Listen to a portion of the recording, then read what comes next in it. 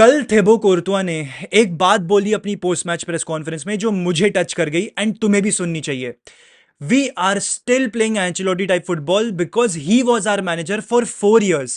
That can't change in only 4 days। And ये एक ऐसी चीज है जो मैं भी तुम्हें कब से बता रहा हूं दैट जाबी अलोंसो का स्ट्रक्चर, उसकी प्रिंसिपल्स, उसकी फिलोसफीज, उसकी टैक्टिक्स आपको पहले मैच से नहीं देखने को मिलेगी। ये फिर भी बहुत बेटर था बिकॉज यहां पर हमें समझ में आ रहा था उसका structure, what he is trying to do with this team, what kind of a philosophy he wants. ये सब चीजें थोड़ी बहुत क्लियर लग रही थी कल के मैच में एंड मैं आप लोग को दावे के साथ बोल सकता हूं this will only get better against Salzburg, against Pachuca. हम इससे बेटर करेंगे। इस वीडियो में मैं आपको समझाऊंगा कि क्या टैक्टिक्स थी, क्या प्रिंसिपल्स थे जो इस मैच में जाबी ने इनकलकेट किए थे इस टीम को, एंड क्या कंक्लूजन्स थे जो मैं डिराइव कर पाया फ्रॉम दिस मैच। लेकिन अगर आप इस चैनल पे नए और आपने सब्सक्राइब नहीं किया तो भाई देरी किस बात की, चैनल को फटाफट से सब्सक्राइब कर दो, इस वीडियो को लाइक करना और इस वीडियो को एंड तक जरूर देखना। सबसे पहले बात करते हैं अबाउट द फर्स्ट हाफ। हमें हमेशा से मालूम था कि रियल मैड्रिड को जो है मैचेस में सेटल इन होने में टाइम लगता है एंड कल जिस तरीके का टेम्परेचर था, हमारे प्लेयर्स ऑलरेडी फिजिकली स्ट्रगल कर रहे थे। राउल एसेंशियो एंटीबायोटिक्स पे था, विनीसियस जूनियर को क्रैम्प्स हो रहे थे एंड उसके बावजूद भी we tried our very best in the second half.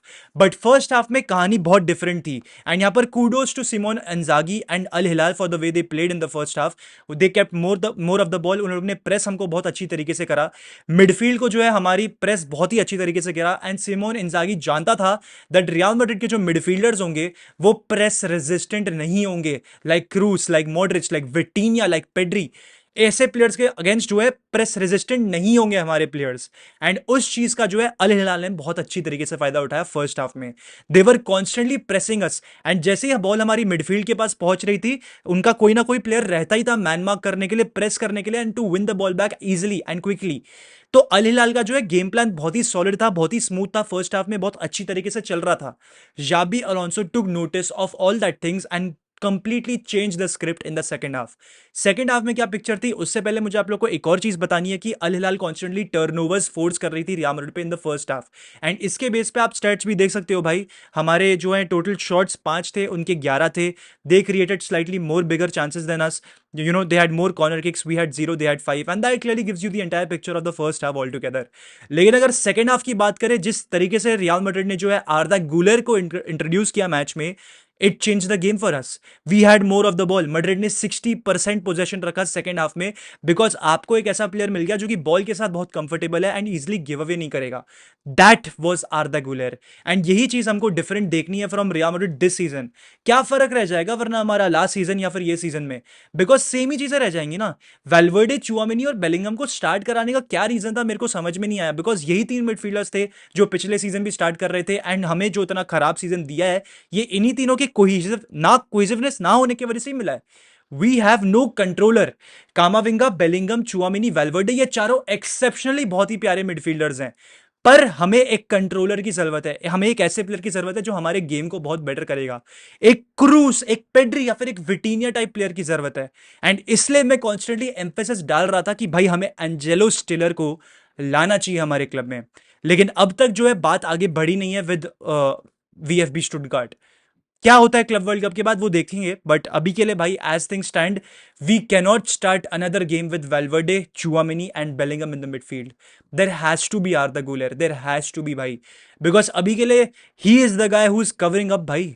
But आगे जाके आपको एक ऐसा प्लेयर लगेगा जो कि बहुत ही सॉलिड हो विद द बॉल, आपको लगने ही वाला है and one of these 3 players will be sacrificed. अभी के लिए तो चलो ठीक है, जूड बेलिंगम की एक शोल्डर सर्जरी होगी, he will be out for 3 months। You can get Angelo Stiller and start Valverde and Tchouameni alongside him, but what after that? उसके बाद आप क्या करोगे? क्या सोल्यूशन है? आपको एक लॉन्ग टर्म सोल्यूशन देखना पड़ेगा इस चीज का। आपको शायद से 2 अटैकर खिलाने पड़ेंगे, 4 मिडफील्डर खिलाने पड़ेंगे, वो चीज का फिगर आउट करना पड़ेगा। बिकॉज एक चीज तो तय है, जूड बेलिंगम नंबर 10 नहीं खेलने वाला है, वो आर्दा गुलर या फिर फ्रांको मस्तान तुआनो ही खेलने वाला है। एक चीज पोस्ट मैच प्रेस कॉन्फ्रेंस में जाबी अलोंसो ने बहुत क्लियरली बोल दी, भाई Franco Mastantuono will be utilized, he will be utilized really very well, उसकी बहुत इंपॉर्टेंस रहने वाली है as soon as he comes to Real Madrid. ये चीज पहले से क्लैरिफाई कर दिया, that means that Franco Mastantuono आपको कस्टिया के साथ नहीं देखने मिलेंगे, ही विल बी विद द फर्स्ट टीम। एंड ये भी एक ऐसा प्लेयर है just like Dean Huijsen, just like Trent Alexander Arnold, जो मैड्रिड की विद द बॉल कैपेसिटी को बेटर करेगा। आर रेगुलर जिस तरीके से करता है, आपका डीन, आपका ट्रेंट, ये प्लेयर्स जैसे करते हैं, वैसे वो प्लेयर भी करेगा। सेकेंड हाफ में Madrid were better with the ball, 60% possession हमने रखा, ज्यादा शॉट्स लिए, ज्यादा चांसेस भी क्रिएट करे। सेकेंड हाफ में हमारा गेम स्टाइल, हमारा स्ट्रक्चर समझ में आ रहा था। एंड अब जरा बात भी कर लेते हैं अबाउट आवर स्ट्रक्चर।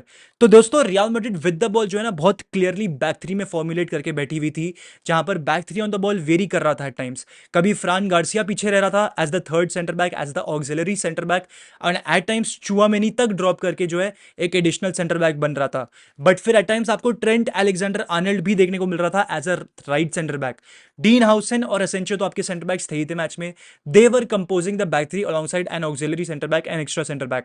ट्रेंट का जो रोल था ना इस मैच में, मेरे को पर्सनली वो बहुत ज्यादा इंटरेस्टिंग लगा।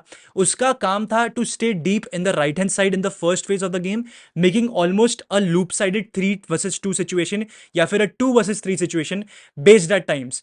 एंड एट टाइम्स वो गेम में जो है हायर अप चढ़ भी रहा था, बिकॉज उसको हाफ स्पेस में ऑपरेट करने में बहुत मजा आता है।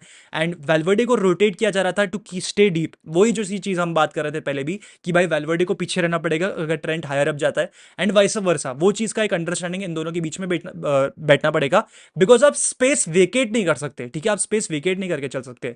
विदाउट द बॉल हमारा क्या स्ट्रक्चर था, मैं आपको वो भी बता देता हूं। 4-4-2 खेल रहे थे हम without the ball. With the ball it was a 3-2-4-1, जहां पर 3 डिफेंडर्स जो थे आपके मैच में, फ्रान गार्सिया, डीन हाउसन और राउल एसेंशियो थे। डबल पिवट थी आपकी चुआमेनी और ट्रेंट अलेक्जेंडर आर्नल्ड की। वेलवर्डे और बेलिंगम जो थे आपके एडवांस्ड मिडफील्डर्स थे। It was like a 4 man diamond midfield, या फिर आप बोल सकते हो 4 मैन बॉक्स मिडफील्ड, जो हमने 23-24 सीजन में देखी थी। और आपके विनीशियस और रोड्रिगो का भी जो रोल था यहाँ पे बहुत ज्यादा इंटरेस्टिंग था। जब जब रोड्रिगो के पास बॉल होती थी तो विनीशियस को जो है थोड़ा डीपर रहना पड़ता था टू कवर ऑपोजिशन विंगर, ठीक है, ताकि ओवरलैप ना हो सके और जो वो 5 मैन वाली सिचुएशन है वो बिल्ड रह सके, ठीक है। तो यहां पर बहुत ही ज्यादा इंटरेस्टिंग था। एंड ऑफ द बॉल जो थी, विदाउट द बॉल जो थी, हम 4-4-2 में थे, जहां पर बेलिंगम को हायर प्रेस करना पड़ रहा था to win the ball, constantly making a diamond pressing shape. तो वो चीजें बहुत इंटरेस्टिंग लगी मुझे देखने के लिए। ऑल टुगेदर अगर आप कंक्लूजन्स की मैं बात करूं in the game, Madrid struggled to break down organised defence of Al Hilal. यहां पर रियल मैड्रिड बार बार अटैक तो कर रही थी सेकंड हाफ में, पर पेनिट्रेट करने का जो है इतना आसान नहीं पड़ रहा था रियल मैड्रिड को। And the only goal that came in the match was from a counter attacking situation, जो कि हाईलाइट करता है दैट रियल मैड्रिड को क्रिएटिव और होना पड़ेगा, आर्दा गुलर को और खिलाना पड़ेगा, ब्राहीम दियाज को और यूटिलाइज करना पड़ेगा।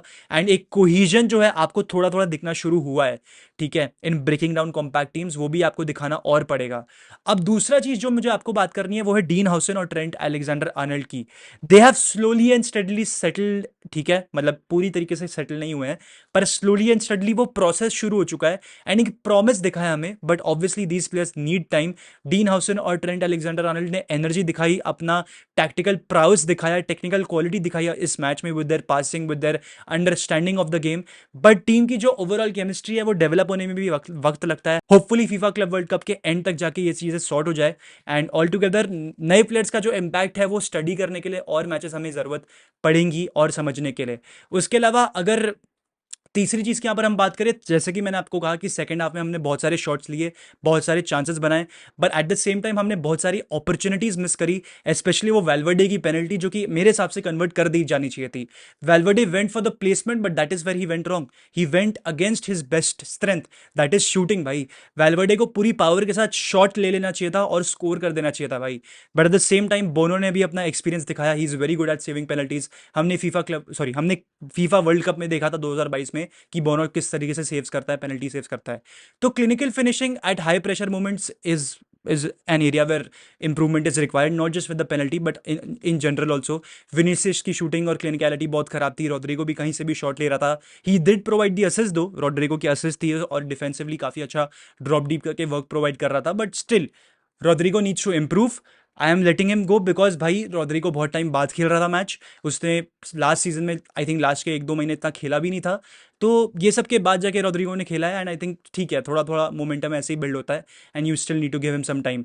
मिडफील्ड जो है उसका कंट्रोल बहुत ही ज्यादा इनकंसिस्टेंट था। फर्स्ट हाफ में आपको दिख रहा था कि भाई हम डोमिनेट हो रहे थे, सेकंड हाफ में आपको दिख रहा था कि भाई हम डोमिनेट कर रहे हैं, ठीक है। तो ये इनकंसिस्टेंसी नहीं चाहिए, आपको एक सेट प्लान के साथ जाना पड़ेगा, specially in this tournament, because आपको मालूम है कि गर्मी बहुत ज्यादा है एंड आपको भागना नहीं है like crazy dogs after the ball, ठीक है, because you will be chasing shadows and nothing else. That is something you don't want to do in this this tournament. तो आपका बेस्ट प्लान यही रहेगा, बेस्ट स्ट्रेंथ यही रहेगी कि keep the ball as much as you can.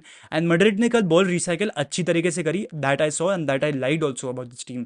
हम recycle और switch from left to right बहुत इफेक्टिवली कर रहे थे और एफर्टलेसली कर रहे थे, that is a good thing to see. उसके अलावा डिफेंसिव वल्नरेबिलिटीज हमारी अभी भी है, जिस तरीके से असेंसियो ने पेनल्टी गिव अवे कर दी, आई थिंक ये एब्सोल्युटली अनकॉल्ड फॉर था, मतलब बहुत ही पुअर तरीके से दे दी। ठीक है, असेंसियो इज ऑल्सो मतलब लुक्स एग्जॉस्टेड, एंटीबायोटिक्स पे था बंदा एंड उसके साथ खेल रहा था, तो I will let him slide, but all together Asensio की परफॉर्मेंस से मैं खुश नहीं हूँ। डीन हाउसन की परफॉर्मेंस अच्छी थी, सारे डुअल्स, एरियल डुअल्स, सब कुछ डीन हाउसन ने जीता। He was not dribble past even one, उसकी पासिंग परसेंटेज भी काफी ज्यादा हाई थी। तो ऑल टुगेदर डीन हाउसन का परफॉर्मेंस ठीक ठाक था, अच्छा था। ट्रेंड के गेम को थोड़ा थोड़ा इंप्रूव करना पड़ेगा, he was Okesh, I think shaky लग रहा था initially in the first half, but second half में उसने ब्लॉक्स करे जो कि क्रूशल थे इस मैच में। तो ऑल टुगेदर दोस्तों यही थी मेरी एनालिसिस। अगर आपको वीडियो अच्छी लगी हो तो प्लीज वीडियो को लाइक करें, चैनल को सब्सक्राइब करें, एंड इसी के साथ दोस्तों see you in the next video. Hala Madrid ई नलमास हस्ता इल फिनल वामोस रियाल।